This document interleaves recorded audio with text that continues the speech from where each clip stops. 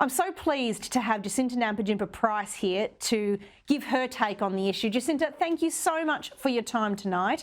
The Coalition this week applied some much needed scrutiny to the scope of the proposed constitutionally entrenched voice. What did we learn from that effort? Well, we've learnt that there is absolutely no detail and absolutely no guarantee as to the functions of this voice, how people will be appointed or whether they're elected to it. I know the Prime Minister on one hand has said that they will be elected while others are suggesting that will be appointed, and those regional voices are determined just by community members getting together and deciding of their own accord, and it's supposed to be culturally informed is another word that came up certainly on the Senate floor on when myself and Michaelia Cash put to the government questions for about 10 hours straight from 6 o'clock at night till 4 a.m. the next day. And I asked very, pertinent questions to clarify what culturally informed actually means. And I couldn't get a definitive answer as to what that means. And I read out excerpts from the Ngarrabuka law, which is the Yolngu law book, on cultural punishments, including payback, which is a spearing in the leg. You know, is the voice going to make representations on issues such as that?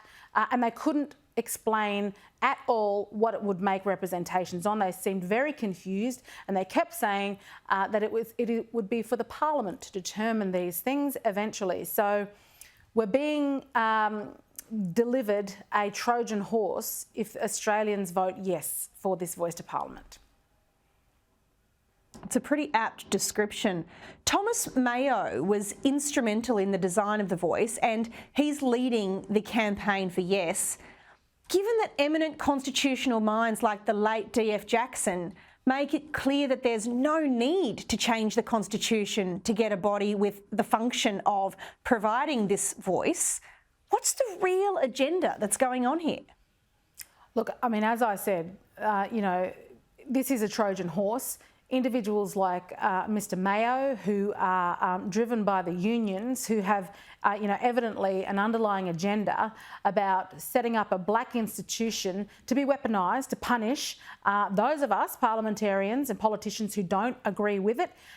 He has a different agenda, and however he's trying to sell this to the Australian people like it's all warm and fuzzy and it's this wonderful entity that's going to improve the lives of Indigenous Australians. And what is evident is that this isn't a grassroots push. This is being pushed by the unions. This is being pushed by the elites, those that have had a seat at the table for a long time and who haven't actually addressed disadvantage for remote Indigenous Australians who are our most disadvantaged in this country. And it's very concerning, especially when Mayo is very forthright about what he wants to see done, which is to do things like abolish Australia Day. And as he said, design a black institution. And I'd imagine that it wouldn't be just about punishing those of us politicians that don't support it, but, Australians in general, reparations. Why should modern day Australians, non-Indigenous Australians, pay for historical injustices that occurred in our history? It's not right, and it's really, really divisive. And it doesn't help the struggling woman in a remote community. It doesn't help the person who fears violence. It doesn't help the child who's not going to school. If we're serious about making a difference, none of the things that he says this is going to deliver are going to make a jot of difference for those people who need it most. Mr Mayo, you will have heard a little earlier, has been recorded talking about the voice having power over superannuation. Now, I'd have thought that's hardly a policy that affects Indigenous Australians differently. After all, everyone who works, whatever their race or culture, gets super. But if that's something within scope, then surely every aspect of policy will fall within it. What's your take, Jacinta? Look, that's absolutely right, Amanda.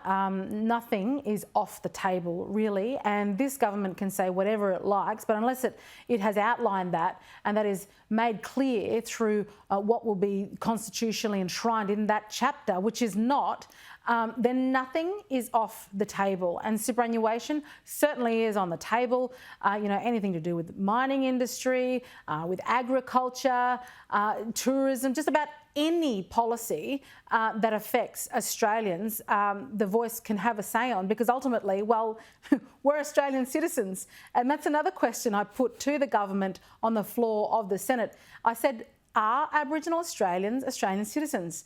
And Minister Chisholm had to actually seek advice from his advisor and didn't actually come back with a straight yes or no on that question. So, look, nothing is off the table, and that's the danger of this Voice.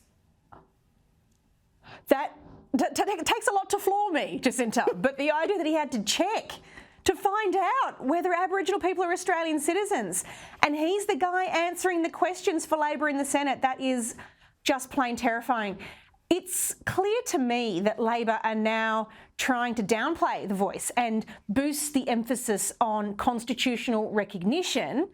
But how will you and others on the No campaign be able to combat that tactical change that says don't say the Voice word?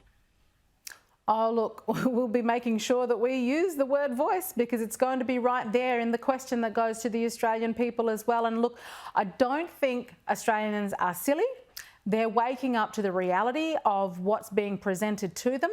They want more information. They want more detail. They don't want warm and fuzzy platitudes, which is what we often get. And when I put it to Senator Malindari McCarthy on the floor of the Senate, when I said, can the government guarantee that this will improve the lives of Indigenous Australians, she could not provide me an answer. But what she did say was that it provides hope. Now, hope doesn't fix the lives of our most marginalised. Hope doesn't certainly reduce the prices of Australians' power bills at the moment. We're relying on this government to address issues and meet the needs of the Australian people, including marginalised Indigenous Australians. But again, Australians aren't silly. They can see the game that the Albanese government is playing, and I have no doubt that they'll be able to ensure that the right vote is had, and Australians will be safe again after this referendum. Jacinta Price, you're doing a standout job. Thank you so much for your time tonight.